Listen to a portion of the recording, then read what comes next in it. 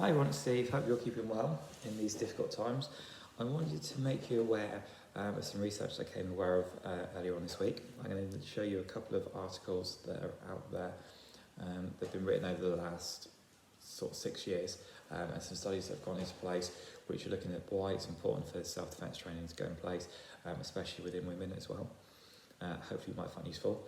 So this was brought to my attention as an article in The Guardian that was written just before Christmas, talking about the sexual abuse that happens within universities in England and Wales.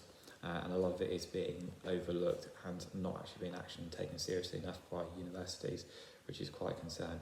Personally, it doesn't surprise me, having had issues at university in the past, and no one holds universities accountable, of which I know. But what they're suggesting in the study is up to 50,000 students are suffering forms of harassment and abuse, predominantly sexually, at university every year, which is quite scary, which is about 15% of female students and about 3% of male students. So the article in The Guardian was this one here. Okay, so I hope you see that one. And there's a study that went back to 2015 from Canada. So this one here from over in Canada, and it's quite interesting in terms of what the findings of these studies actually were. So I gave some statistics earlier on. What we also know is that 1 in 3 females will suffer domestic abuse in their lifetime, and 1 in 6 males will suffer domestic abuse during their lifetime as well.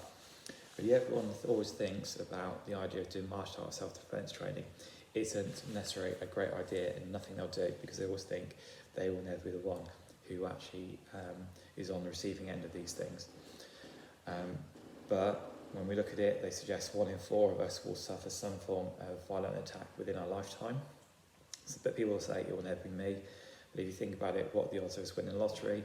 But yet most of us will go and buy lottery tickets, scratch cards, and things like that, and think, yeah, well, it might just well be me. Yet the odds are heavily stacked against you in those situations. So I want to talk a little bit about that one. And so the study was from the Canada one, which was done in 2015, that was published in that article which I showed you. There's also links to which I can link to this as well, so you can have a read of the actual articles.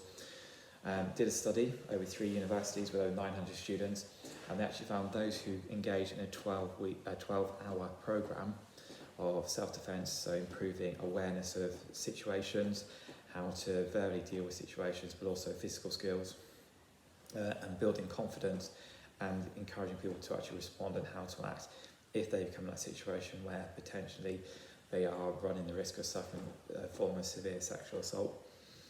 Actually had significant less, so 50% of them, less cases were actually reported, and situations happened to those who'd actually undertaken the training compared to those who'd just been given some guidance from leaflet information. So one of the things I would like to think about and to suggest is, could that be you? Could that be your partner? Could it be your child, your friend, grandchild? If you're watching this, again, it could be anybody that you know, could be on the receiving end. And it just shows how important sometimes actually getting some training, some knowledge, and improving awareness of what goes on around you is really, really important.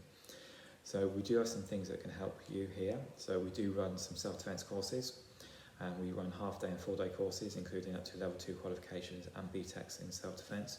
We also do conflict management training as well. So looking at how to deal with communication skills to de-escalate situations and prevent situations from happening. We also have courses linked to personal safety and improving situational awareness around you, which can be done in person or online. We've got some links to those courses as well.